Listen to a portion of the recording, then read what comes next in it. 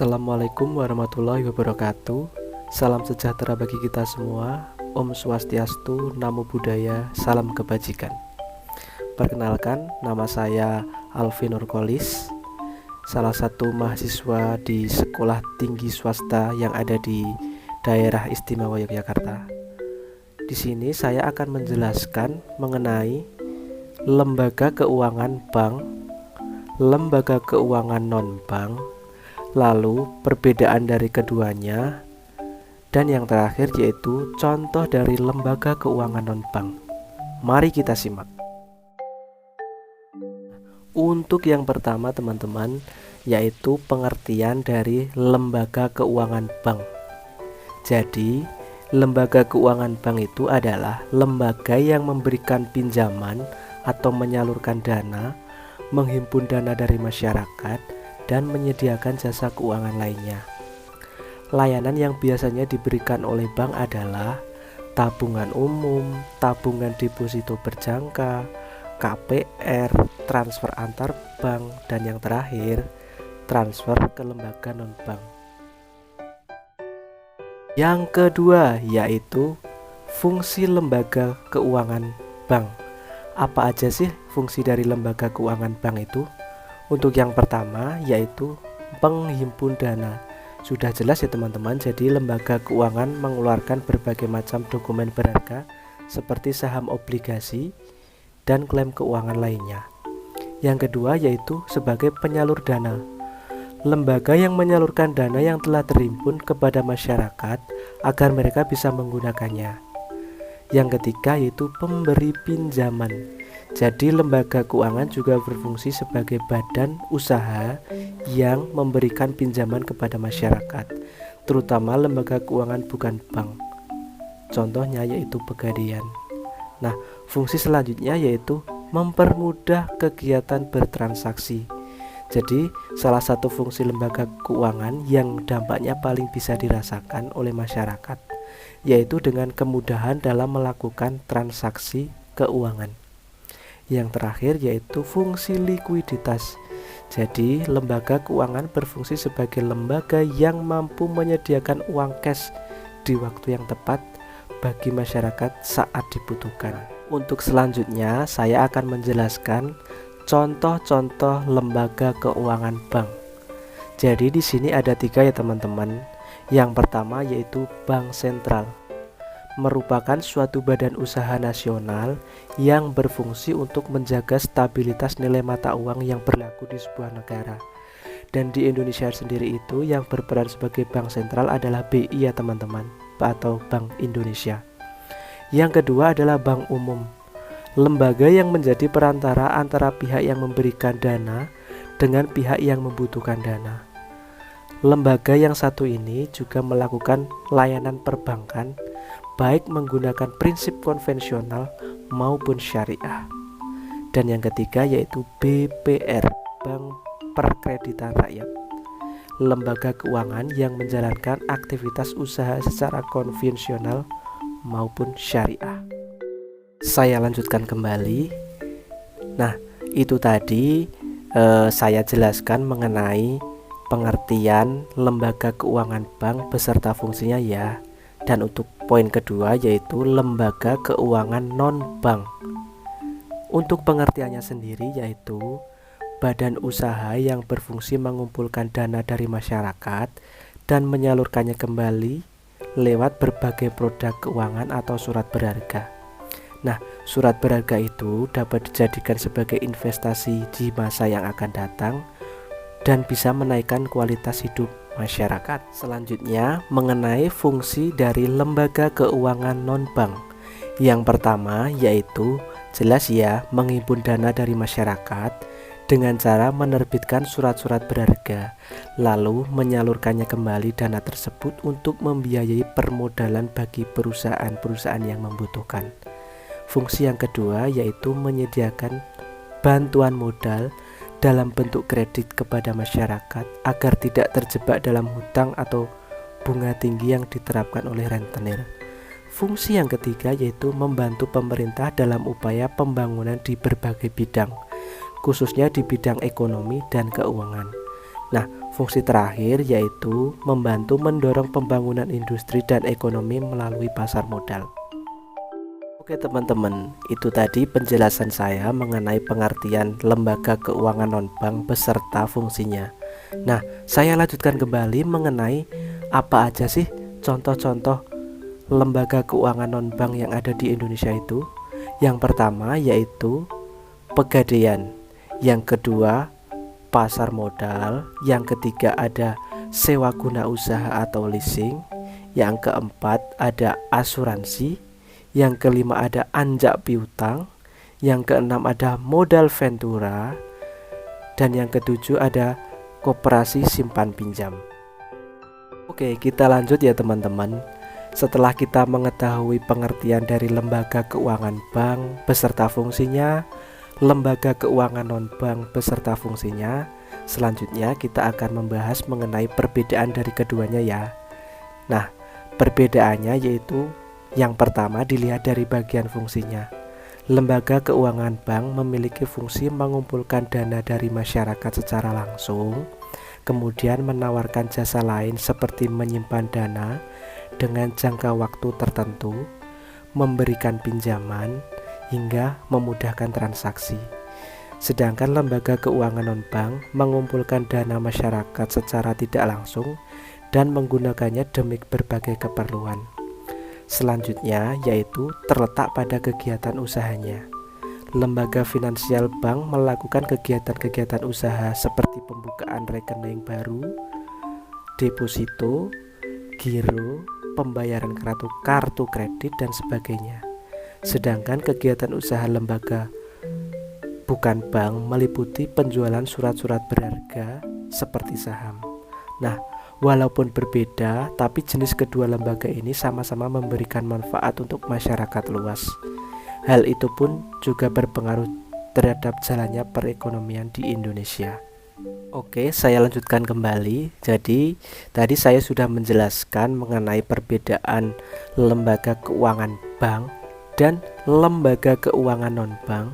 Sekarang saya akan melanjutkan kembali mengenai salah satu contoh lembaga keuangan non-bank ya. Di sini saya mengambil asuransi. Lalu apa sih pengertian asuransi itu?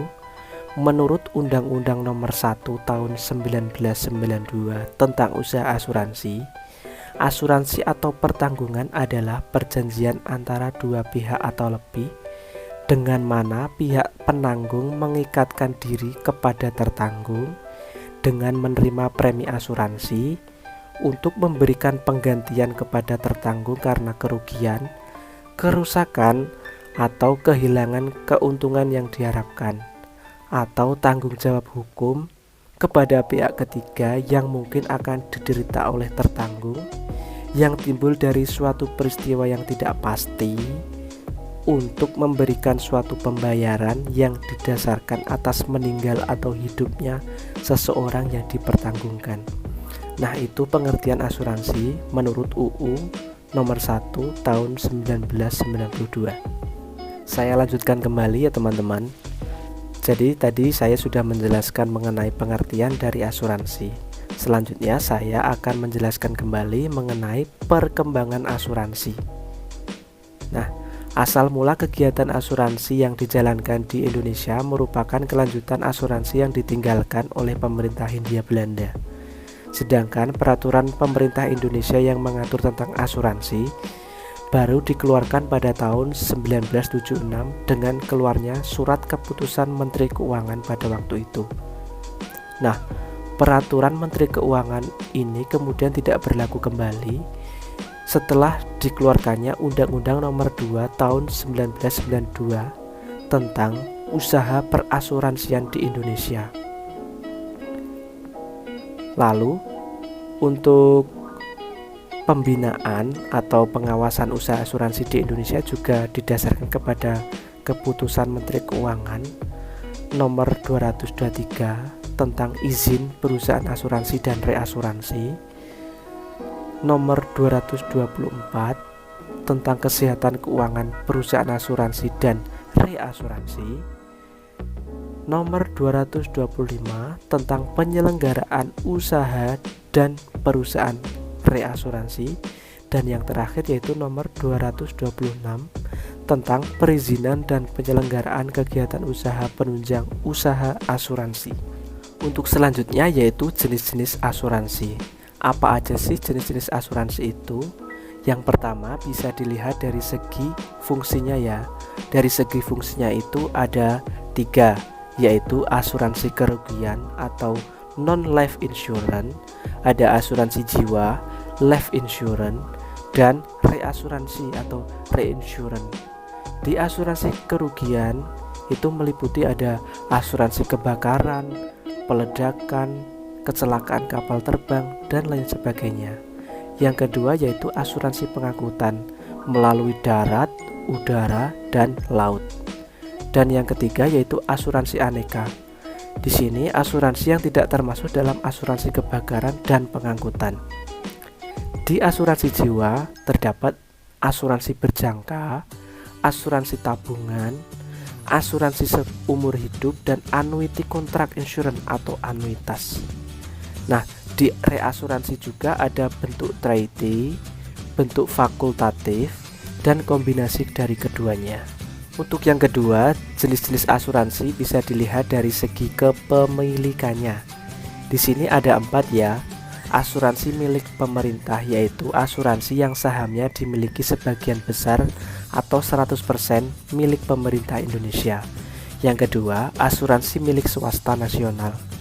Kepemilikan sahamnya sepenuhnya dimiliki oleh swasta, sehingga siapa yang paling banyak memiliki saham maka memiliki suara terbanyak dalam RUPS atau Rapat Umum Pemegang Saham.